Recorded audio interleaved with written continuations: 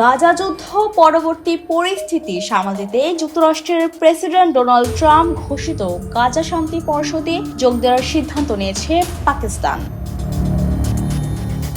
গত বুধবার দেশটির পররাষ্ট্র মন্ত্রণালয় এক বিবৃতিতে জানায়, জাতিসংঘ নিরাপত্তা পরিষদের রেজুলেশন 2803-এর কাঠামোর আওতায় গাজার শান্তি প্রতিষ্ঠা ও পুনর্গঠন কার্যক্রমে সহযোগিতা করতেই এই সিদ্ধান্ত নেওয়া হয়েছে। বিবৃতিতে আরও বলা হয়, ট্রাম্প প্রশাসন সম্প্রতি বিশ্বের কয়েকটি দেশকে এই শান্তি পর্ষদ ও সংশ্লিষ্ট সংস্থাগুলোকে যোগ দেওয়ার আমন্ত্রণ জানিয়েছে। এসব সংস্থার মূল দায়িত্ব হবে যুদ্ধ পরবর্তী গাজার পুনর্গঠন এবং শাসন ব্যবস্থা তত্ত্বাবধান। আজ বৃহস্পতিবার সুইজারল্যান্ডের দাভোসে অনুষ্ঠিত বিশ্ব অর্থনৈতিক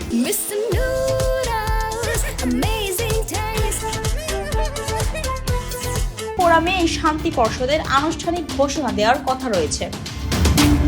তবে খসড়া নীতিমালা অনুযায়ী এই পর্ষদের কার্যক্রম শুধু গাজার মধ্যেই সীমাবদ্ধ থাকবে না, এর প্রভাব পড়তে পারে পুরো ফিলিস্তিনি ভূখণ্ডে।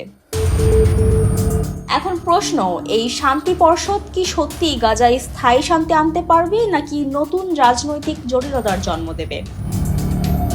ডেস্ক রিপোর্ট, জয় জয় দিন।